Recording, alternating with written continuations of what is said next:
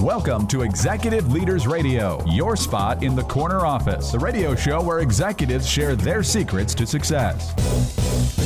Executive Leaders Radio.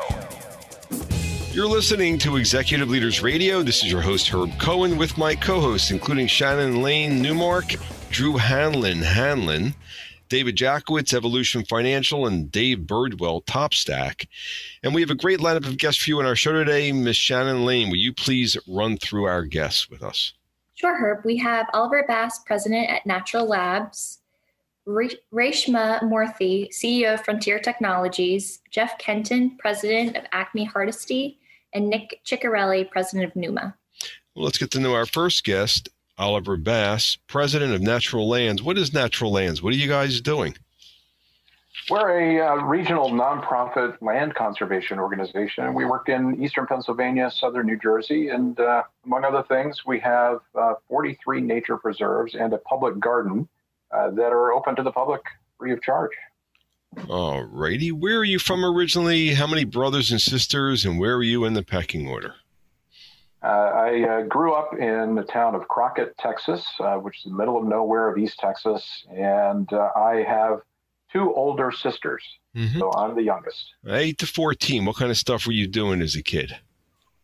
Well, mostly I was outside, and it was that childhood where you walked in the door after school and your mom said, get out and don't come back till dinner time, and so we were out in the woods. We had a great vacant lot next to our house that had a couple of streams in it, and that was one of the gathering places for the neighborhood. So, there were always 5, 6, maybe 10 of us out there playing in the streams, turning over rocks, looking for frogs, that kind of thing.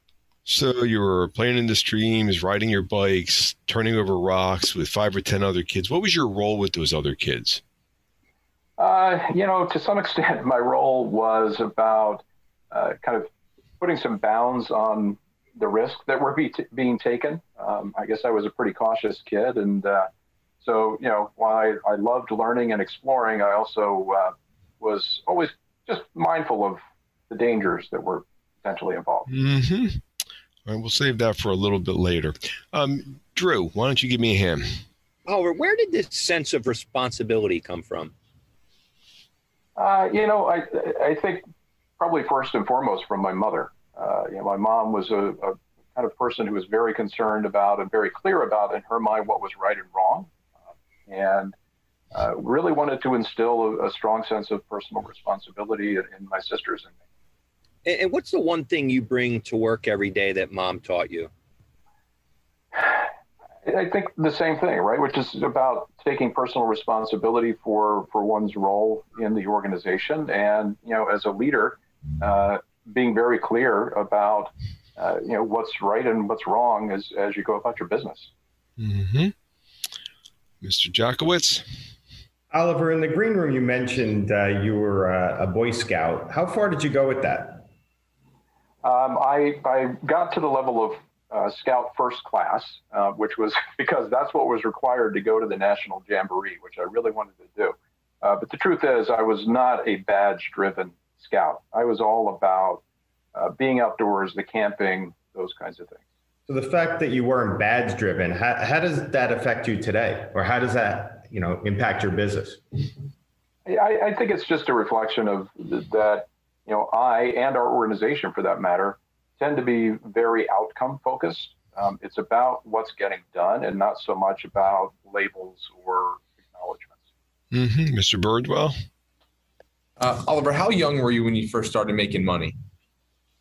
I was probably about 15. I thought I wanted to be a doctor at that point in my life, and I had the opportunity to work at the local hospital as an orderly, and learned very quickly that I didn't want to be a doctor. Why did you want to be a doctor? Well, I think first and foremost, what appealed to me about it was the notion of being able to help people, and particularly to help people at their darkest moments.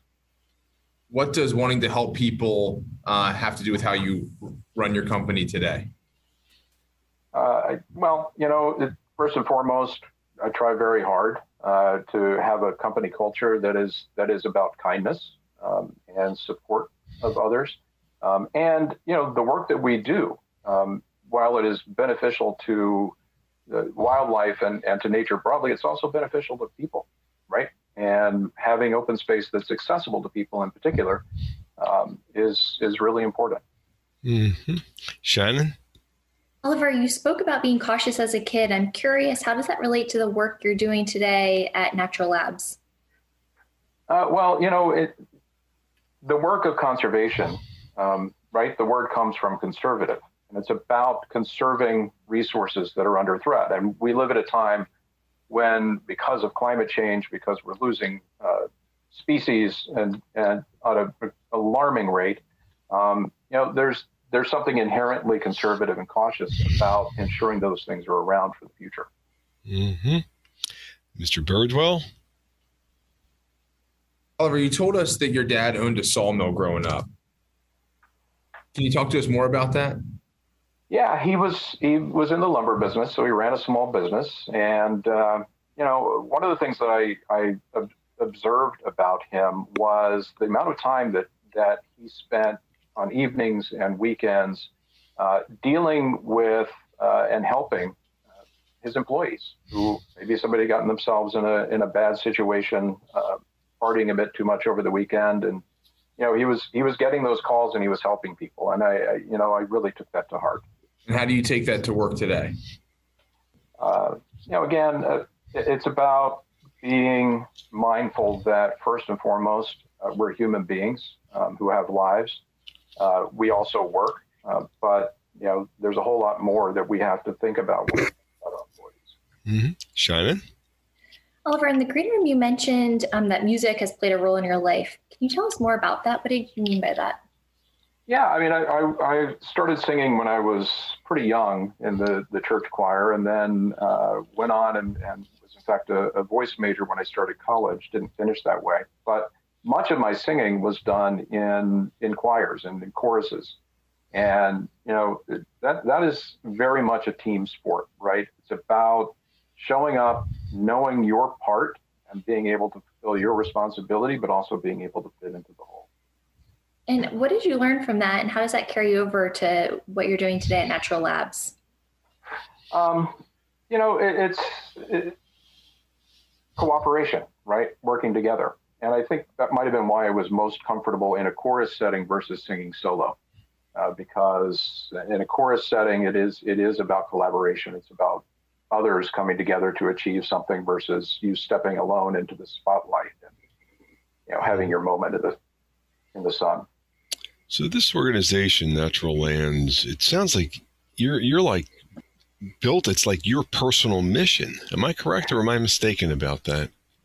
No, it is. And I mean, between my just deep love and connection to nature and care for that, and the fact that, I get to spend my days achieving very tangible outcomes that benefit everyone throughout the region that we serve is pretty incredible. What are some of those tangible benefits? What are you talking about?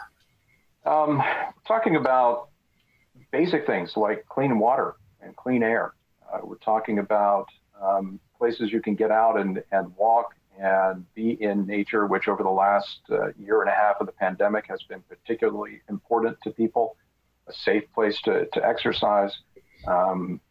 And, we're talking about places that are storing carbon and helping to address climate change, providing habitat for wildlife. There are many. Uh-huh. So your organization, where's the funding come from to help your organization thrive? It comes from a variety of sources, but our operations, of course, depend on contributions from individuals and from foundations and companies. When we're protecting land, it's coming from public sources like the state and counties and local municipalities. Mm-hmm. So you're involved with a lot of different aspects of your nonprofit organization, from raising money and but you're really you're embodying the real the essence. How long have you been with the organization? It's about to be 24 years. Yeah, I was going to say, it feels to me like this is really your personal mission. What is the website address of this organization, Oliver, known as Natural Lands? It's natlands.org. Let me have that one more time. Natlands, NATLANDS.org. Gotcha. We've been speaking with Oliver Bass, who's the president of Natural Lands, here on Executive Leaders Radio. It's Oliver Bass, president of Natural Lands, NATLANDS.org, here on Executive Leaders Radio. Don't forget to visit our website. It's executiveleadersradio.com. To learn more about our executive leaders, it's executiveleadersradio.com to learn more about our executive leaders. Don't forget to stick around. We'll be back in a moment right after this quick break. Don't go anywhere. Recognize your deserving business advisors on our nation's leading Business with Heart radio show, Executive Leaders Radio. Yes, you can recognize your deserving business advisors on our nation's leading Business with Heart radio show, executiveleadersradio.com. Simply visit executiveleadersradio.com, securely enter their info, and we'll reach out to spotlight your deserving business advisors on our nation's leading Business with Heart radio show, executiveleadersradio.com. Don't wait. This radio and online social media and search engine exposure is quite valuable. Yes, this radio and online social media and search engine exposure is quite valuable to your business advisors who deserve to be recognized. Visit executiveleadersradio.com now to nominate your deserving business advisors for free exposure.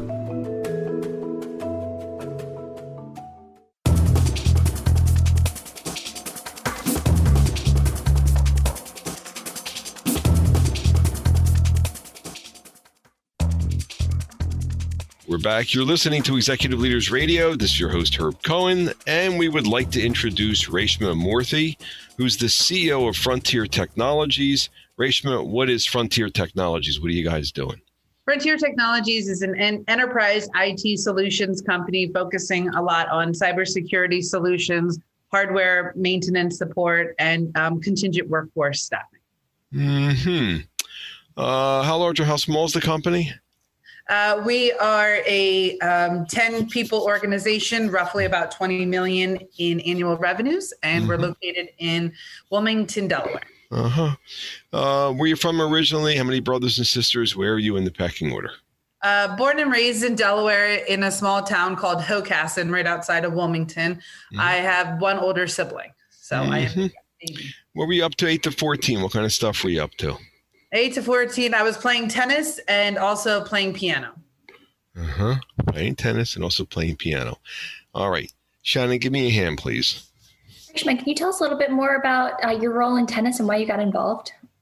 Well, interestingly enough, tennis was a sport that my parents told me I had to do.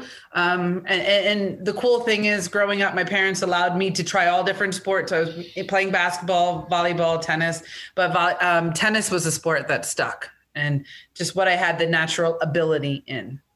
And what did you bring to the tennis team? I brought to the tennis team, I think I brought just persistence, motivation, determination, and that's and team morale. Did your parents ever come and watch your matches? Yes, my parents were always there watching matches. I think I was the one who told them to go away because it was too much pressure. What did it mean to you, though, to look over and see them there when you were in the middle of a match? Seeing them there just shows that they appreciated all my hard work. They understood the commitment that it takes, right? To do anything that you want to be good at, it takes commitment. And seeing them there, whether you win or lose, shows that they always had my back. And Reshma, can you tell us a little bit more about your mom and what she was like when you were growing up? My mom was very demanding. She was very pushy. She wanted you to be the best and do the best at everything that you did. It didn't matter if you, like in school, if you got straight A's. It was more just being there, being committed, being present. And that's what she always emphasized growing up. And what did you learn from mom that you carry with you to work today? I think just what I mentioned earlier, the fact that the results, clearly you always want to win. You always want to get the best score and be the best, but it's not necessarily that. It's the fact that you have to show up. You're committed to what you want to do, and that's what you're going to do. That's the importance. Mr. Jackowitz? Reshma, you mentioned that tennis was a family affair, the business was a family affair. What does that have to do with how you run the company today? It's interesting because we all grew up playing everybody in the family played tennis. And when I look at the business, it kind of shows it's a team sport and also an individual sport. And it's very similar to how I lead the business now. You have to have certain accountability. You're responsible for certain things, and it's your job to make sure it's executed properly and the results are there. So that's how I see that correlation in terms of just that responsibility. Mm-hmm. Mm-hmm. Let's see, Mr. Birdwell. Reshma, you told us you had an older sibling growing up? Sister, brother? Older sister. Yeah, 5 years older. Yeah. Okay. And what did you learn from her growing up? Well, interestingly, I was always the one that tagged along. So whether she liked it or not, I was always there. And what I learned from her was a lot about social cues and just social awareness and social culture. Okay. And what do you bring into work every day that you picked up from those social cues and culture? I think it's just a sense of awareness. It's a sense of, growing up in a small town in Delaware, you only kind of used to seeing one group of people, one type of people. And with her and her showing me the ways she exposed me to different cultures. I mean, I joked earlier about the rap culture and how she kind of taught me about 90s hip hop. And I learned that there was more outside of my bubble. Got it. Mm-hmm. Shannon, what else you thinking? Reshma, in the green room, you talked a little bit about music and piano and why that was so important to you. Can you tell us more about that? Yeah, I think piano, it was one of those instruments I never really appreciated why I had to learn. My parents just kind of forced me, similar to tennis, right? You got to do this. This is good for you and your development. And it's something that I only see later in life, the benefits of it, how it helps you handle stress. It helps you kind of relieve anxiety, all those different stress mechanisms, right? You have one way to release it in sports and another way through piano. And I think they were just trying to show me there's other outlets that exist. And looking back at that, your parents pushed you to do tennis when you didn't really want to. Your parents pushed you to play the piano when you didn't really want to. Looking back at those experiences now, what's your takeaway? That they had a purpose. They saw the bigger picture. They understood where my role was going to be, maybe not necessarily in the business, but they understood that that's what makes a well-rounded person. And, and as a kid, you don't really think your parents are right. And as much as you hate to admit it, as you get older, you realize they had a point and purpose. And being pushed out of your comfort. And being pushed out of your comfort zone, how does that relate to what you guys are doing at Frontier Technologies? Every day is a challenge in the business. It's dealing with people and different HR scenarios, operations, technology, right? Anything you name it. And it pushes you because you have to be able to be uncomfortable with being uncomfortable. And if you're not able to thrive in those situations, you're not going to be able to thrive in business and become that leader that you're supposed to be for your team. Mm-hmm. What would your friends say about you as a kid?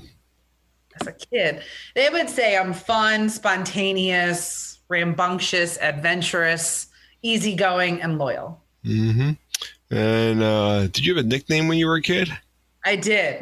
This goes back to the hip hop conversation, but everybody called me Race Dog, and it still sticks today. I have emails that are all related to that. Uh-huh. What's Race Dog have to do with building this organization, which is $20 million? I think it just shows that you're human and you have you have to be serious as a business owner, but you also have to have a fun side too. So if you're able to kind of just relate to a silly nickname, right, from as a kid, it just shows you're relatable and that you're fun and you can handle stress. Mm-hmm. So do you have any friends from when you were kids nowadays? You still stay in touch with anybody? Sorry. I have 3 that I'm still pretty close with now. Uh-huh. Why those 3? Because they're the ones that allow me to be my authentic self. I can be the most vulnerable with them. Wait a minute. Isn't it frightening to be vulnerable and authentic? It's extremely frightening. I mean, that's the challenge as a business owner, right? We always have to, it's always important to understand where you are operating from as an owner. And that's one of my challenges that I deal with daily.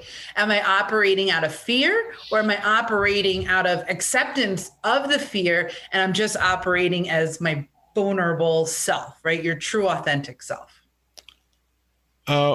How did you develop that awareness? Where did you develop where'd you get that openness from, that awareness from? How'd that happen? A lot of that has happened through clearly learning from my parents, just having many conversations, watching their leadership as I was growing up. And a lot of that is just true individual self-reflection, wanting to become a better leader. How do I become a better person?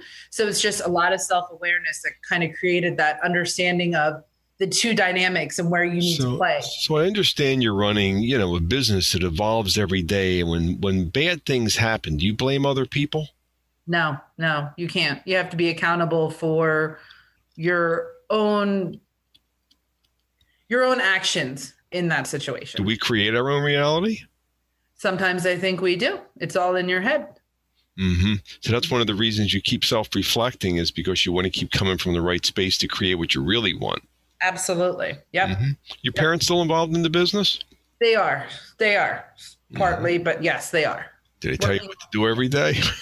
Say it again? Do they tell you what to do every day? No, they don't. It's actually probably the opposite. And I think one of the other challenges being in a family business is succession planning and making sure that it's truly committed on both sides. Yeah, it sounds to me like you're the kind of person they would have confidence in. What's the website address for this organization known as Frontier Technologies? FTIUSA.com.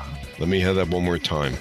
FTIUSA.com. We've been speaking with Reshma Moorthy, CEO of Frontier Technologies, here on Executive Leaders Radio. We'll be back in a moment right after this quick break. Don't go away.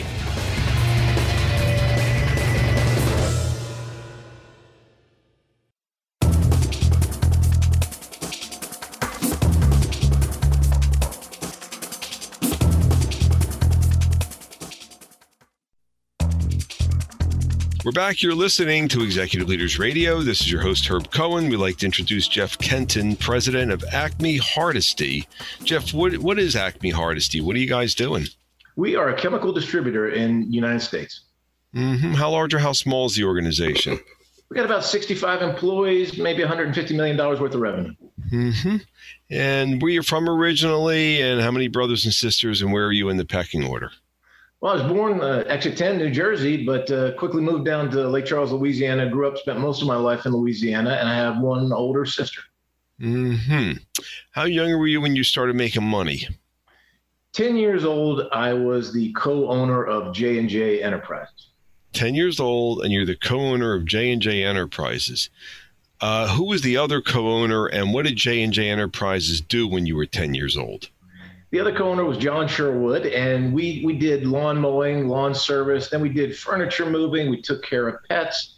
And in Louisiana, you only had to be 15 to get a driver's license. So he was 5 years older than me. And we'd stuff the lawnmowers in the car in the morning and come back late at night. Uh-huh. So whose idea was it to start J&J? It was definitely his idea. He wanted to make money, and he needed the help. Mm-hmm. So why were you the right help for him to have? I was impressionable, probably, and close by. We were 2 doors down, and he could rouse me out of bed in the morning. And it wasn't fun to mow grass in Louisiana in the summertime. I can tell you that. Mm-hmm. Drew? Jeff, what did John teach you? He taught me about being disciplined and showing up even when you don't want to show up. And I think if you learn that lesson when you're 10 years old, it gets a lot easier when you're 20, 30, 40.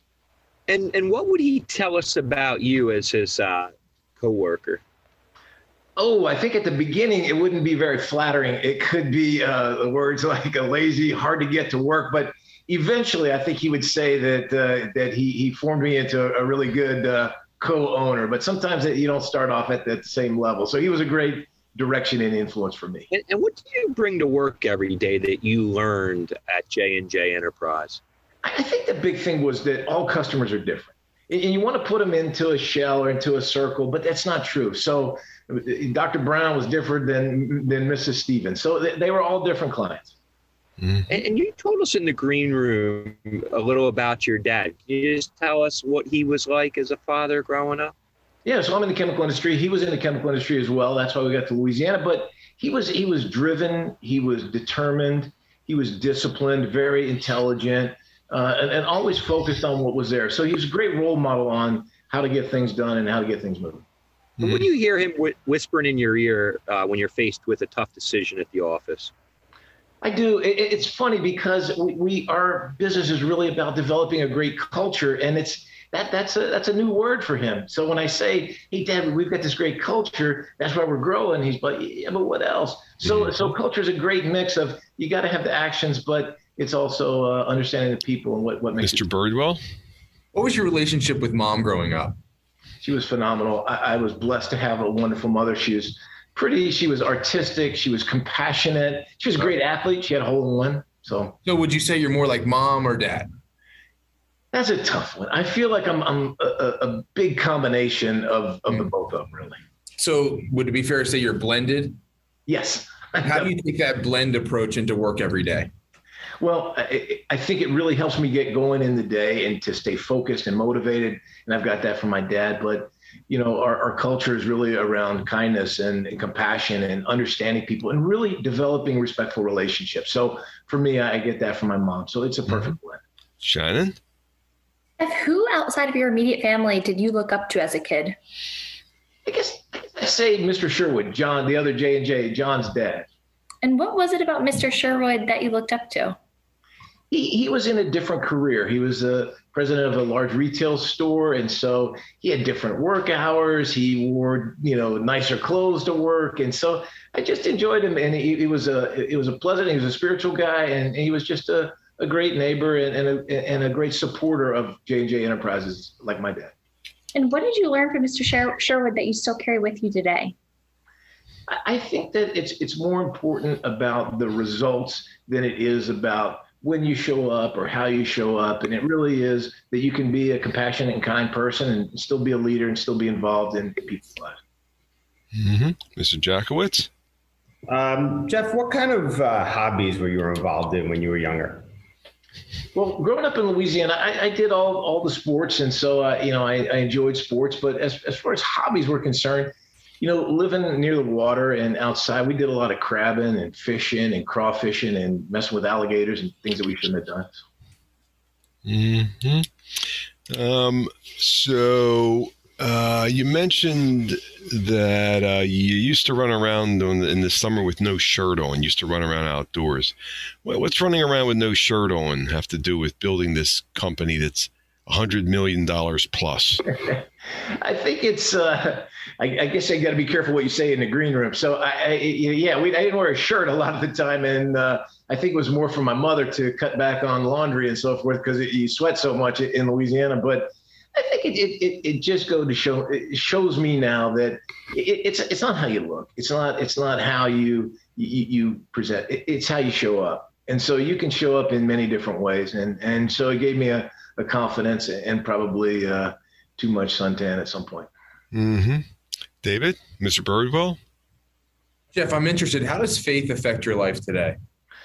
Yeah, I'm a spiritual guy, and I maybe wear it on my sleeve. I about 10 years ago or so, I went to our pastor of our church and I said, "Hey, I love public speaking and I love to share my faith. And would it be okay if I preached?" And he was a little taken aback because most parishioners don't come and ask to do that. But I did, and it really kind of took off. So I've been doing that on and off for 10 years. It's become a hobby, something I just really enjoy is sharing my faith.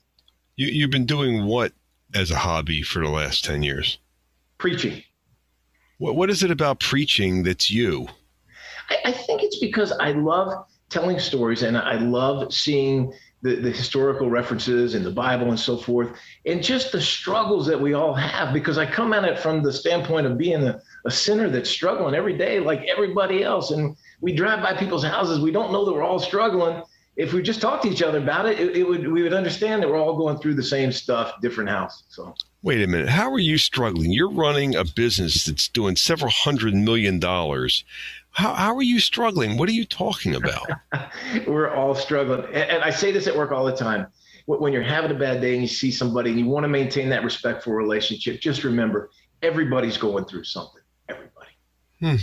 That idea that, you're driving by these homes and you really don't know what's going on. So as opposed to looking at fancy homes and, and beautiful cars, that's not the way you're viewing the world?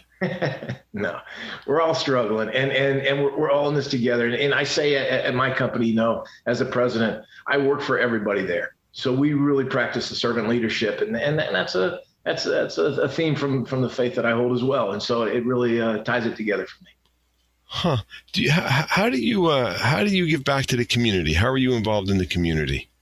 Yeah, so I'm involved in a number of different charitable causes, but it's one of the aspects of our company too, is that we support different local charities throughout the year and try to do things that are unique. Like we're involved in what we call the Panama Beauty Project, which is a way down in the country of Panama. We bring chemicals and we bring resources down there that can help the local Panamanian women develop their own cosmetic lines and so forth so that they can sell them and make a living locally.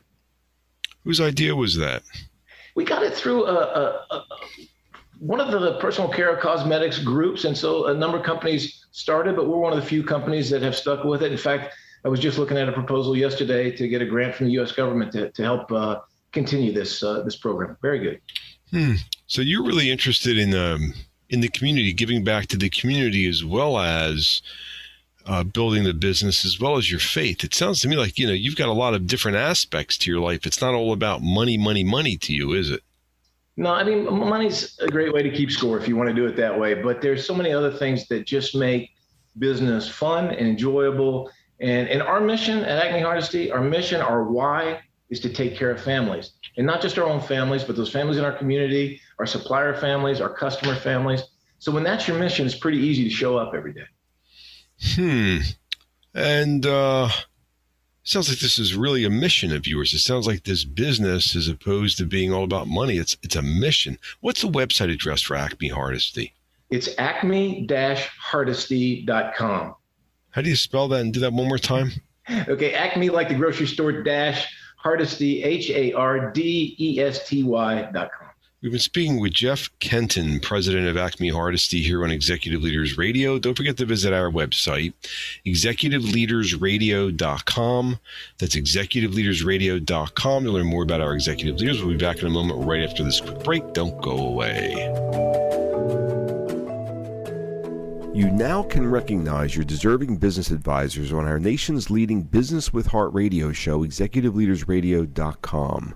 Yes, you can recognize your deserving business advisors on our nation's leading Business with Heart radio show, executiveleadersradio.com.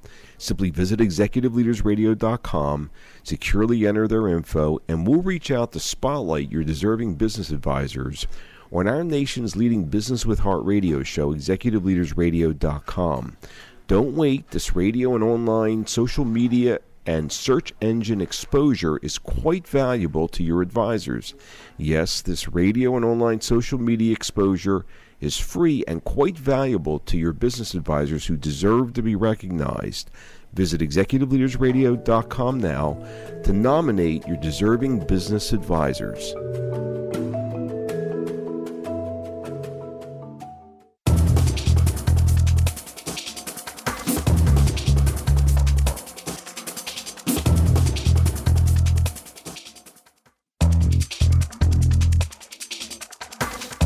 We're back. You're listening to Executive Leaders Radio. This is your host, Herb Cohen. I'd like to introduce Nick Ciccarelli, president of Neuma. Nick, what is Neuma? What are you guys up to?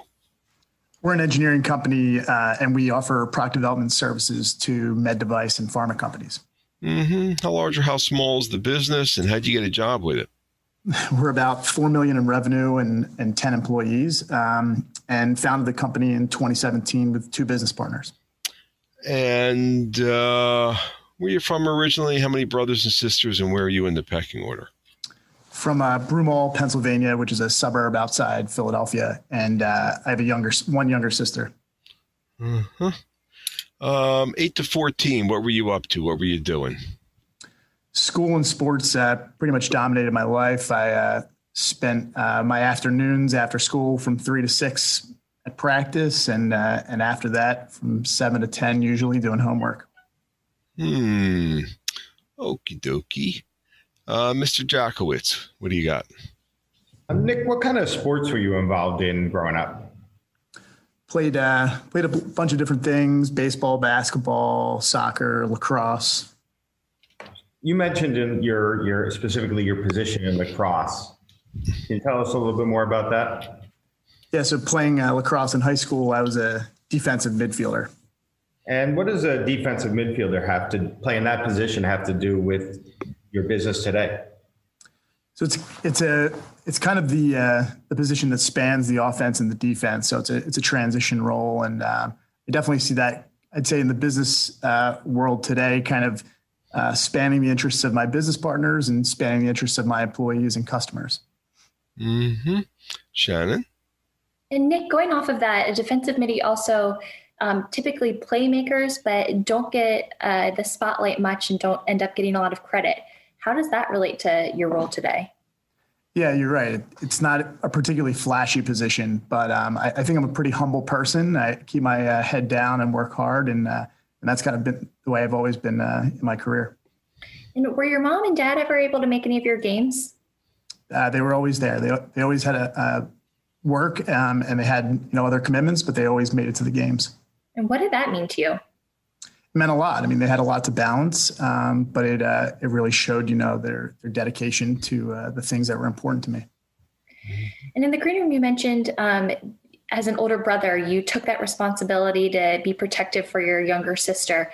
Some other older brothers would beat up on the younger sister. So I'm curious, did somebody tell you that you were supposed to be protective, or where did that come from?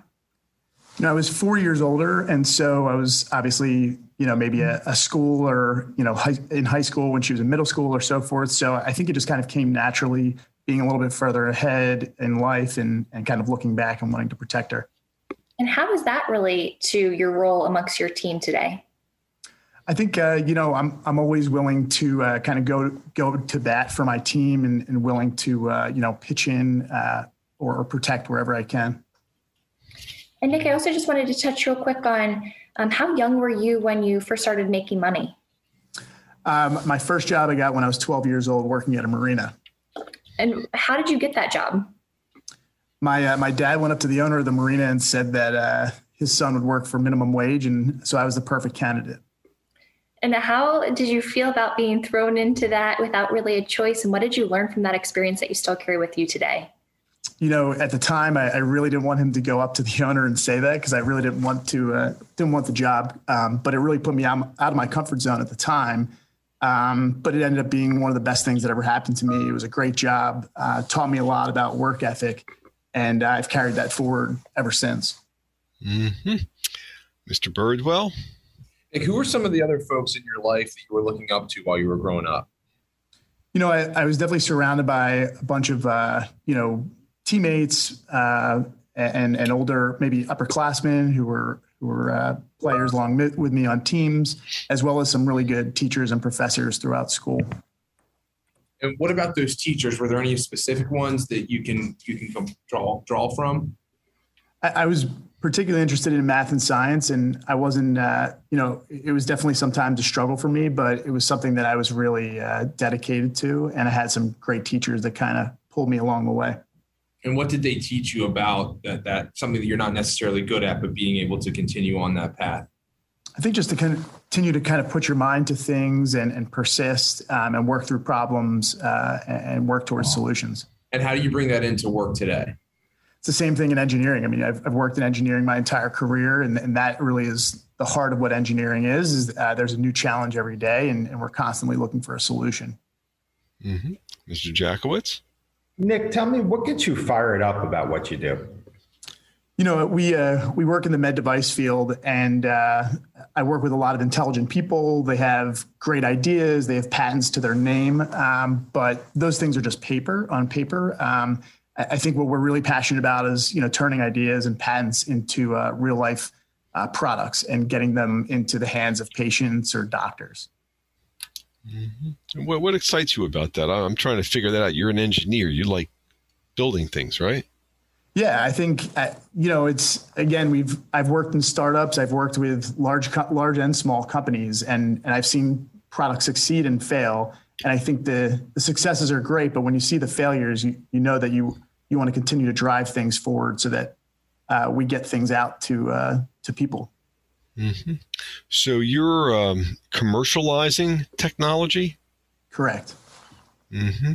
So part of you is an engineering firm, part of you is a marketing firm? Not marketing per se, but moving the, there's the engineering phases, the developmental phases, but then actually gearing up for getting to production, getting to commercial. Mm-hmm. So you like looking at the whole picture, don't you? Yeah, I think we definitely have a more holistic approach. Sometimes there's some things in the developmental cycle that aren't as sexy. People always want to be at the finish line, but it's usually a long journey before you get there. Mm-hmm. So what do your partners do different than you, or what do they do better than you?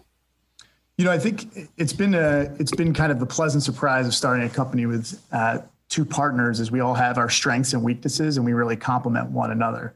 And we work in different areas of the business, but I think we all can be a sounding board for one another. Mm-hmm. So let me ask you a question. This ability of yours to work, really as part of a team, did that show up in lacrosse, or how did that show up in lacrosse? Team sports have always been a huge part of my upbringing. And yeah, I think that's something that I've carried through today. I depend on my teammates, and I hope they depend on me. I think it's the only way that things can progress. So you hear a business is dog eat dog and people suing each other. It sounds to me like you guys really have a real nice level of intimacy in terms of founders as well as with the team. It's got to be a coordinated effort, or am I reading that the wrong way? No, you're absolutely right. It's either a coordinated effort or things fall apart and don't work out. So who are some of your clients? Who are your typical clients? We've worked with independent inventors like a single physician or entrepreneur, up to some of the largest pharma companies on the planet. And you're helping them figure out whether the idea makes sense. You're helping them do the prototypes. You're helping them take it to market. You're doing a little bit of everything. And if we look back in your childhood, where would we have gotten a sense of this proclivity of yours to look at the big picture and be part of a team? Where would that have showed up earliest? It's interesting. I definitely tilted towards engineering and wanted to always build things. But yeah, as far as big picture, I think that's just something that I've kind of developed over time. And I've been in the weeds on certain projects, but I've liked to kind of step back and see the project as a whole and understand where we're going. Mm-hmm. Which parent are you more like, mom or dad? It's a good question. I would say that I've got the engineering side from my dad and the social side from my mom. So you think the social side's important in business? I do, because I think, from early on, she always encouraged me to kind of talk to adults, be conversational, and get myself out there. And I think that was particularly important. It sounds like the role you're playing now is the glue. You're like the Rock of Gibraltar of the business, where you're gluing everything together. It sounds like those social skills are really important. Let alone your ability to understand the engineering aspects and the business aspects of what is the website address of this organization known as Neuma? It is neumaengineering.com. Let me have that one more time. How do you spell that, by the way? Neuma engineering.com. We've been speaking with Nick Ciccarelli, president of Neuma, here on Executive Leaders Radio. Shannon, could you give us a rundown on who we've had on the air today, please? Sure, Herb. We had a great show today. We started off with Oliver Bass, president of Natural Labs. And then we had Reshma Moorthy, CEO of Frontier Technologies, Jeff Kenton, president of Acme Hardesty, and just now Nick Ciccarelli, president of Neuma. I would like to thank my co-hosts, including Shannon Lane Newmark, Drew Hanlon, David Jackowitz, Evolution Financial, and David Birdwell from TopStack for giving me a hand structuring the questions, hoping providing our listening audience an educational and an entertaining show. I'd like to thank our listening audience for listening. Otherwise, we wouldn't have a radio show. Don't forget to visit our website. It's executiveleadersradio.com. That's executiveleadersradio.com to learn more about our executive leaders. Thank you for joining us today, and have a nice day. Bye-bye.